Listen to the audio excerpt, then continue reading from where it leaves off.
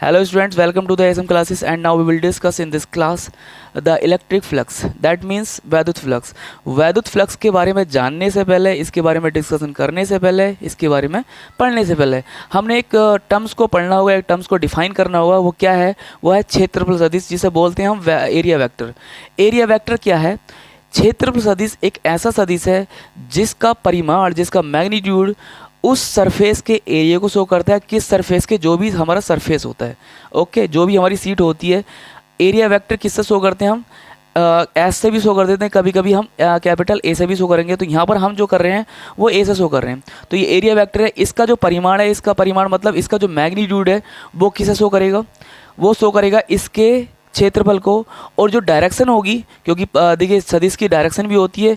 अब इसकी जो डायरेक्शन होगी इस सरफेस के परपेंडिकुलर होगी, मतलब लंबवत होगी, हमेशा लंबवत होगी। आज के बाद याद रख लेना इस बात को कि जो क्षेत्रफल सदिश होता है उसका जो परिमाण है क्षेत्रफल सदिश का, वो किसे शो करता है? उस सीट के, उस सरफेस के मैग्नीट्यूड को। मतलब कैसे? अगर 2 न्यूटन का आपको कह दिया जाए कि बल है 2 न्यूटन का, तो 2 न्यूटन क्या है? ये 2 न्यूटन परिमाण है। और इसके बाद अगर इसमें डायरेक्शन लगा दी जाए कि 2 न्यूटन का बल इधर को लग रहा है, तब बन जाता है ये वेक्टर। लेकिन अभी क्या है? ये परिमाण। ऐसे ही यहाँ पर कि अगर मैं इसे बोल रहा हूँ, यहाँ इसका जो परिमाण है, इसका जो मैग्नीट्यूड है वो कितना? ए है। और इसकी डायरेक्शन क्या होगी? हमेशा डायरेक्शन इसके परपेंडिकुलर, मतलब किसके? इस सरफेस के परपेंडिकुलर होती है, लंबवत होती है। याद रख लेना आज के बाद, ठीक है? तो तब बनता है हमारा क्षेत्रफल सदिश। अगर मैं आपको प्रैक्टिकली समझाऊं तो देखिए यहाँ पर ये एक सीट है। अब ये सरफेस है एक, इस सरफेस का एरिया कितना मान रहा हूँ, इसका परिमाण, इसका मैग्नीट्यूड कितना मान रहा हूँ, वो कैपिटल ए मान रहा हूँ। अब एरिया जब डायरेक्शन से मिलता है तब वेक्टर बनता है। जब परिमाण डायरेक्शन से मिलता है तब वेक्टर बनता है। तो अभी इसका एरिया कितना है? इसका एरिया कैपिटल ए है। अब अगर इसकी डायरेक्शन शो कर दूं, मैं इस एरिया की डायरेक्शन शो कर दूं, तो क्या बन जाता है? वो वेक्टर एरिया बन जाएगा, मतलब क्षेत्रफल सदिश बन जाएगा। तो मैंने बता ही दिया कि इसकी जो डायरेक्शन होती है इस सीट के, इस सरफेस के परपेंडिकुलर होती है। तो मैं इसकी डायरेक्शन हमेशा जो शो करूँगा वो ये शो करूँगा। दिख रही है ना आपको? अगर मैं इसे ऐसे भी करता हूँ, टेढ़ा भी करता हूँ, इस सीट को ऐसे भी करता हूँ, तो इसका जो डायरेक्शन रहती है हमेशा इस सीट के, इस सरफेस के क्या रहती है? परपेंडिकुलर ही रहती है। क्या रहती है? लंबवत ही रहती है। तो आज के बाद भूलना मत, जो डायरेक्शन होती है क्षेत्रफल सदिश की, सरफेस के लंबवत होती है। याद रख लेना अच्छे से, ओके, गॉट इट। चलिए नेक्स्ट आते हैं हम। अब आते हैं सीधे सीधे हम डेफिनेशन पर। अब डेफिनेशन क्या है इसकी? देखिए सामने लिखा हुआ है डेफिनेशन कि वैद्युत क्षेत्र में स्थित किसी पृष्ठ से, वैद्युत क्षेत्र में स्थित किसी पृष्ठ से गुजरने वाली वैद्युत बल रेखाओं की संख्या को उस पृष्ठ से बद्ध, उस पृष्ठ से बाउंड वैद्युत फ्लक्स कहते हैं। और इसे किससे प्रदर्शित करते हैं? फाई ई से प्रदर्शित करते हैं, ओके, डिनोट करते हैं, ठीक है? तो क्या है? अभी मैंने ये सरफेस आपको दिखाई थी, ये सरफेस दिखाई थी आपको। अगर ये किसी वैद्युत क्षेत्र में रखी है, किसी इलेक्ट्रिक फील्ड में रखी है, और इलेक्ट्रिक फील्ड लाइनें जो हो रही है, देखो इधर से इलेक्ट्रिक फील्ड लाइनें जो गुजर रही हैं, इधर से बहुत सारी गुजर रही हैं। इसे हमने उस इलेक्ट्रिक फील्ड लाइन में रख दिया, मतलब वैद्युत क्षेत्र में रख दिया। अब इस सरफेस से, इस पृष्ठ से जो भी वैद्युत बल रेखाएं गुजरेंगी तो इधर से भी, इधर से भी, इधर ऊपर से भी, लेकिन जो इसके अंदर से गुजरेंगी उन वैद्युत बल रेखाओं की संख्या को ही क्या बोला जाएगा? वैद्युत फ्लक्स बोला जाएगा। सामने लिखा हुआ देखिए, वैद्युत क्षेत्र में स्थित किसी पृष्ठ से, वैद्युत क्षेत्र में स्थित कोई पृष्ठ ये है और वैद्युत क्षेत्र की दिशा इधर की ओर है, सब समझ रहे हैं ना? इधर की ओर है।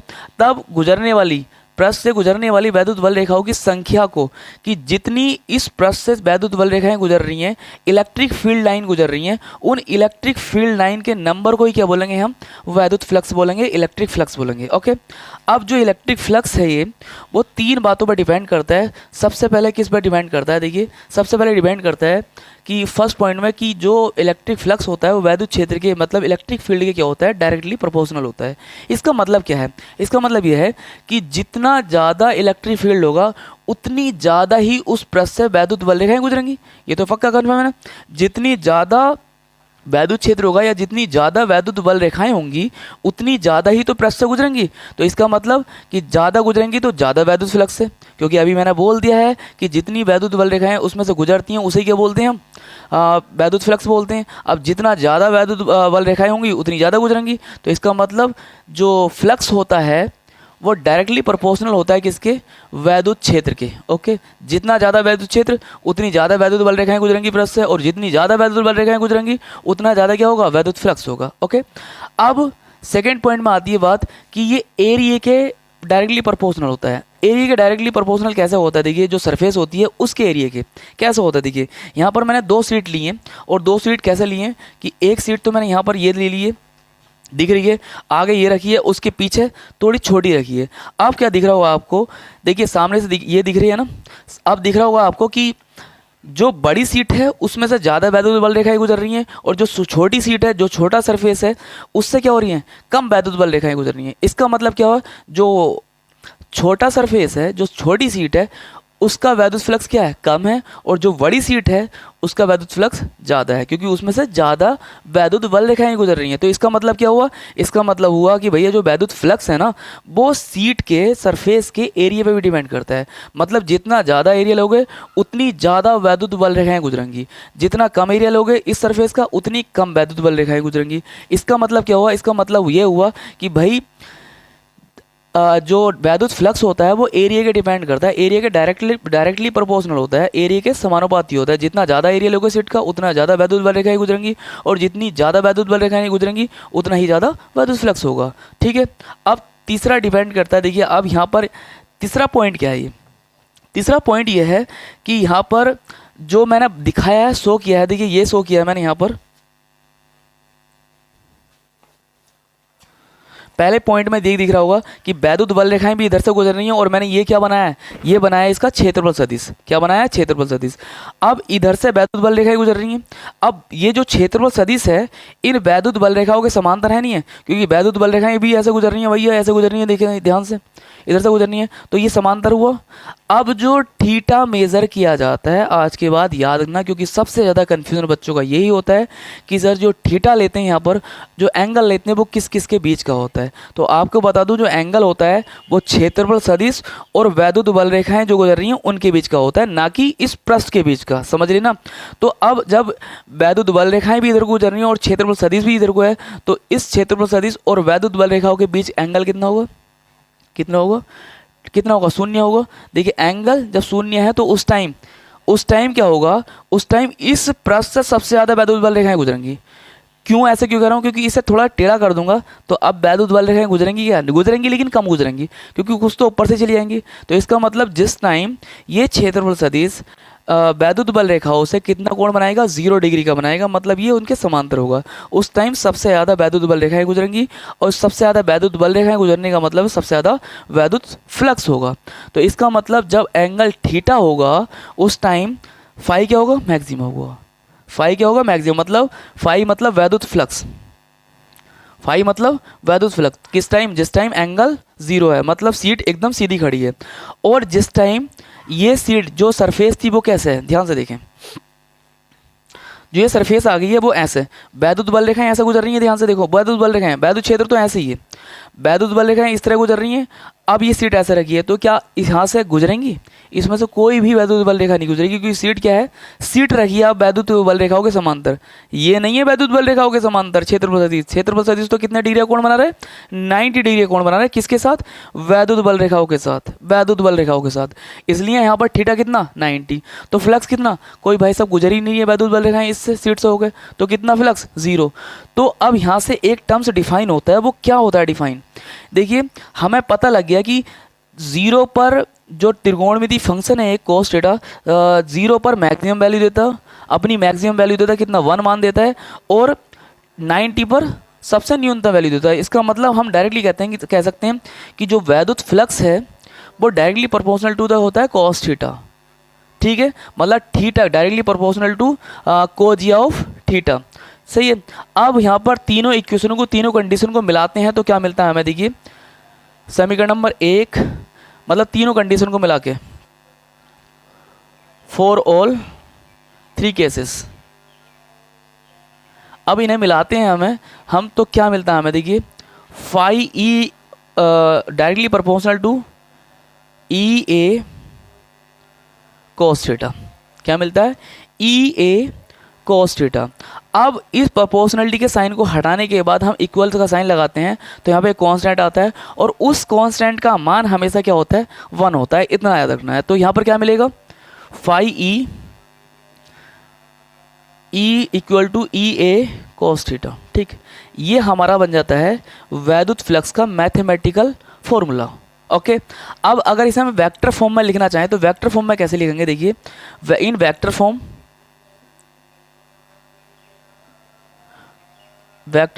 क्या लिखा जाएगा, phi E equal to E dot A. मतलब देखिए यहाँ पर कोस थीटा आया और कोस थीटा को जब हम क्या कॉन्ट्रैक्ट फॉर्म में लिखते हैं, वेक्टर फॉर्म में, तो क्या लिखते हैं, डॉट लगाते हैं। अब इसे जब खोलेंगे, ओपन करेंगे तो ये मिलेगा।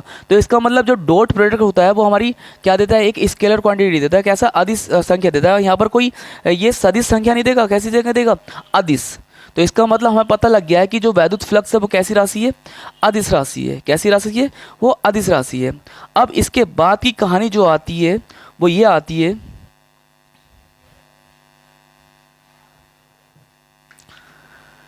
कि अगर कोई सरफेस थोड़ी तिरछी हुई, तिरछी का मतलब जो इसका एरिया है, जो क्षेत्रफल सदिश है, वो इसके परपेंडिकुलर ही होगा, लेकिन जो वैद्युत बल रेखाएं हैं वो इस तरह गुजर रही हैं। ठीक है, तो ये कितने डिग्री का कोण बना रहा है, थीटा डिग्री का। उस टाइम फॉर्मूला कौन सा होगा, मैंने बताया कौन सा होगा भैया, phi E equal to E A cos theta. Theta क्या है, देखिए थीटा है क्षेत्रफल सदिश और वैद्युत बल रेखाओं के बीच का कोण। एरिया ए क्या है यहाँ पर, area magnitude of the this surface. Okay, cos आप जानते हैं। ई क्या है, इलेक्ट्रिक फील्ड, वैद्युत क्षेत्र की तीव्रता का मैग्नीट्यूड, वैद्युत क्षेत्र का मैग्नीट्यूड। ओके, अब देखिए जो बताने का मेरा पर्पस था वो ये था कि यहाँ पर जो वैद्युत फ्लक्स है वो शून्य भी हो सकता है, निगेटिव भी हो सकता है, पॉजिटिव भी हो सकता है। निगेटिव कब होगा, बताता हूँ निगेटिव कब होगा। ध्यान से देखें, जिस टाइम आपको ये समझ में आ रहा है, नहीं आ रहा है, सीट के अकॉर्डिंग समझ में बताऊँ। देखिए कैसे, देखिए ये है ना, ये सीट इस तरह रखी हुई तिरछी और वैद्युत बल रेखाएं सीधी गुजर रही हैं, इस तरह सीधी। तो सीधी का मतलब वैद्युत बल रेखाएं कैसे गुजर रही हैं, ऐसे। तो क्षेत्रफल सदिश और इसके बीच कुछ एंगल बन रहा है, उस एंगल को मैंने क्या बताया, बताओ, उस एंगल को मैंने बनाया कितना, थीटा। समझ गए। अब देखिए वैद्युत बल रेखाएं इस तरह गुजरेंगी, समझ रहे हो बात को, और इधर को निकल जाएंगी। अब एक बात बताओ मुझे, इधर से वैद्युत बल रेखाएं एंटर कर रही हैं, उधर को निकल रही हैं। यहाँ पर जो कोण होगा, जब ये वैद्युत बल रेखाएं निकल रही हैं उस टाइम जो कोण होगा, हमेशा याद रखना इस बात को, कितना होगा, 90 डिग्री से कम होगा ना। जो थीटा होगा हमेशा आउटवर्ड डायरेक्शन में कितना होगा, 90 डिग्री से कम होगा। जब 90 डिग्री से कम होगा थीटा, तो उस टाइम जो फ्लक्स होगा क्या होगा, पॉजिटिव होगा। लेकिन अगर मैं इस क्षेत्रफल सदिश के साथ जो वैद्युत बल रेखाएं एंटर कर रही हैं तो यहाँ से यहाँ तक का कोण कितना होगा, वो ज़्यादा होगा, नहीं होगा, ज़्यादा होगा। किससे, 90 डिग्री से। कहने का मतलब ये जो वैद्युत बल रेखा है इससे और इस एरिया तक का कोण कितना होगा, 90 डिग्री से ज़्यादा होगा। तो हम कह सकते हैं जब कोस की वैल्यू 90 डिग्री से ज़्यादा होती है, मतलब थीटा की वैल्यू 90 डिग्री से ज़्यादा होती है, तो उस टाइम कोस कैसी वैल्यू देता, माइनस में वैल्यू देता। तो इसका मतलब फ्लक्स क्या होगा, माइनस में होगा। तो ओवरऑल हमें समझ में क्या आया कि जो वैद्युत बल रेखाएँ एंटर करती हैं, इन्वर्ट फ्लक्स जो होता है, जो अंतर्मुखी जो एंटर करता है, तो उसे क्या वो कैसा होता है, निगेटिव होता है, क्योंकि वो थीटा क्या बनाता है, 90 डिग्री से ज़्यादा बनाता है। अभी मैंने बता दिया कि एंटर करेगा तो इस क्षेत्रफल से कितना कोण बनाएगा, 90 डिग्री ज़्यादा बनाएगा। और जो बाहर वाली वैद्युत बल रेखाएं जो निकल के जा रही हैं वो कैसे बनाएंगी, 90 डिग्री से कम बनाएंगी। इसलिए जो आउटवर्ड फ्लक्स होगा वो क्या होगा, पॉजिटिव होगा, और जो इनवर्ट फ्लक्स होगा वो क्या होगा, निगेटिव होगा। ओके, अब बात आती है नेक्स्ट कि अगर हमें इस जो सरफेस है, इस सरफेस का पता ना हो कि इसका एरिया कितना है, मतलब इर्रेगुलर सरफेस हो, मतलब कैसी सरफेस हो। देखिए इधर, देखिए सरफेस अगर ऐसी हो, इसका एरिया का पता नहीं हो, लेकिन अब हम क्या करेंगे, इस एरिया का फ्लक्स निकालने के लिए हमने क्या करना होता है, छोटे छोटे एरियाज मानने होते हैं। ठीक है, एरियाज मानने हो तो इन सबके एरिया का एक क्या होंगे, अलग अलग क्या होंगे, बताओ मुझे, अलग अलग क्या होंगे, क्षेत्रफल सदिश भी होंगे। तो वो क्षेत्रफल सदिश इधर की ओर हो गया, और क्षेत्रफल सदिश क्या होता है, परपेंडिकुलर ही होता है। तो यहाँ पर छोटा सा एरिया, इसलिए डी ए ले लो, वेक्टर डी ए 1, इसका कितना ले लो, वेक्टर डी ए 2, इसका कितना ले लो, वेक्टर dA3।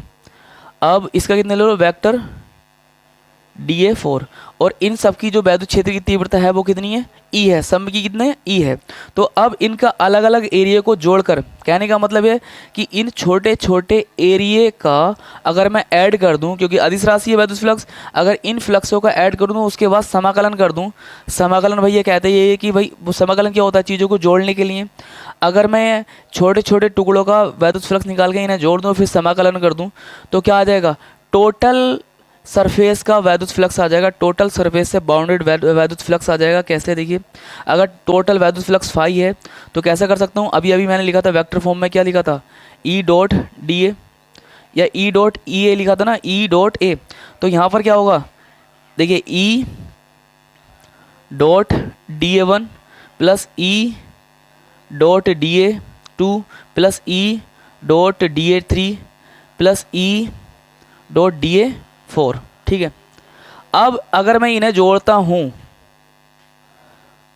और जोड़ने के बाद देखिए ये तो चारों का आएगा, इन चारों छोटे छोटे एरिया का आएगा, लेकिन अगर मैं जोड़ने के बाद समाकलन का चिन्ह लगा दूं, समाकलन कर दूं तो फिर क्या हो जाएगा, फिर संपूर्ण सरफेस का आ जाएगा। समाकलन यही कहता है, और आज के बाद जब हम पूर्ण रूप से जब पूरी सरफेस का निकालेंगे तो हम समाकलन ही करेंगे, छोटे से एरिया का पता कर लेंगे और छोटे से एरिया का फिर समाकलन कर देंगे तो क्या हो जाएगा, वो पूरी सरफेस का आ जाएगा। तो यहाँ पर क्या करेंगे, फाई ई इक्वल टू कितना हो जाएगा, वैद्युत फ्लक्स कितना हो जाएगा, ध्यान से देखें, समाकलन ई डॉट डी ए, और यहाँ पर ये सर्किल लगाते थे। सर्किल किसे शो करता है, सर्किल शो करता है कि जो हमारा सरफेस है, जो हमारा पृष्ठ है वो कैसा है, क्लोज है, क्या है, बंद सरफेस है। ओके, उसके बाद की कहानी आती है कि इसकी यूनिट क्या होती है, ठीक है।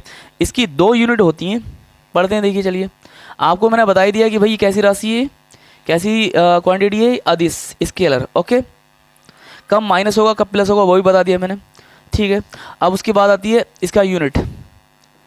यूनिट में देखो अभी हमने पढ़ा formula, phi E equal to कितना, E A cos theta. Cos theta कोई यूनिट नहीं होता, सबको पता है। ई का कितना होता है, ई का होता है न्यूटन प्रति कूलाम। एरिया कितना होता है, मीटर। तो यहाँ पर कितना हो जाएगा इसका, मीटर नहीं होता, मीटर स्क्वायर होता, तो कितना हो जाएगा मात्रक, न्यूटन मीटर स्क्वायर प्रति कूलाम।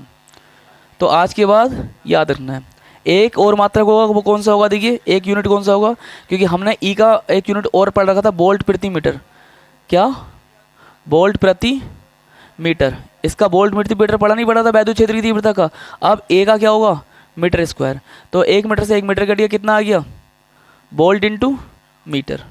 एक मात्रक ये भी होता है वोल्ट इंटू मीटर। उसके बाद आ रहा डायमेंशनल फॉर्मूला।